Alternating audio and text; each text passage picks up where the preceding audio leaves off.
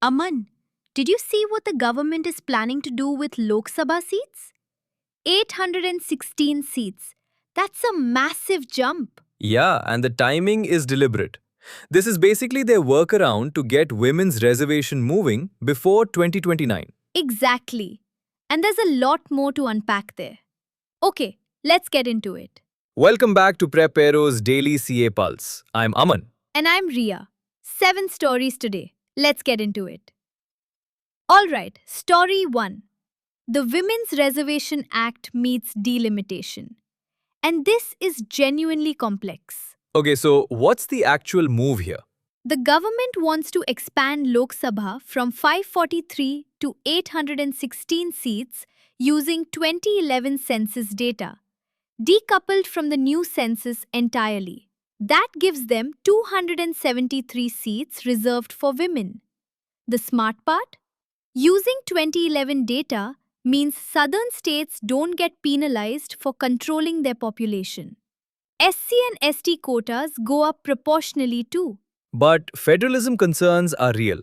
Fiscal devolution, weighted representation formulas, this isn't settled yet. This is 100% GS2, Polity and Governance.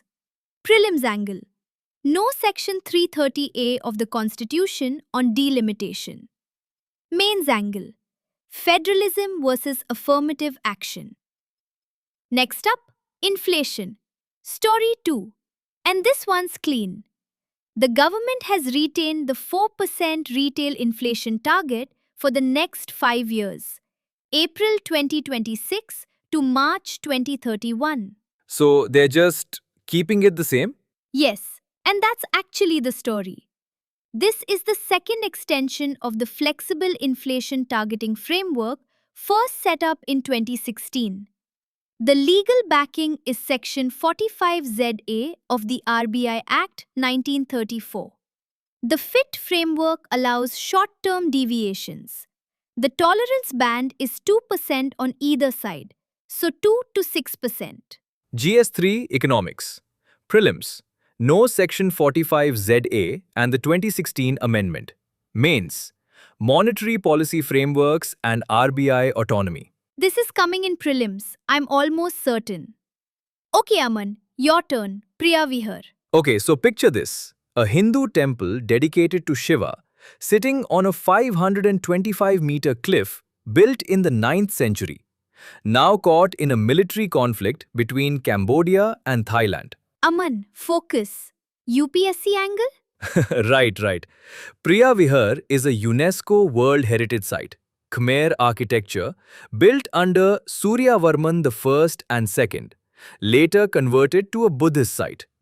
The territorial dispute between Cambodia and Thailand goes back decades. Here's the thing. The ICJ ruled in Cambodia's favor back in 1962. But the border conflict never fully resolved. Current skirmishes are damaging the structure. GS1.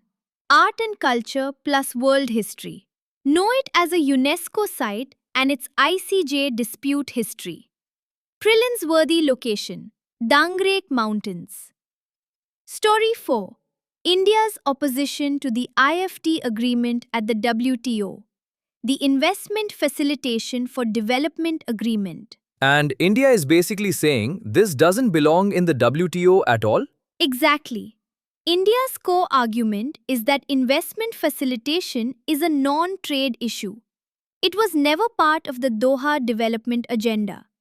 India fears legally binding plurilateral rules could erode its policy sovereignty, especially on food security and agricultural subsidies. There's also a strategic China angle. Beijing is pushing the IFT hard, and India sees this as a way China expands economic influence through rule setting. GS2 International Relations plus GS3 Trade.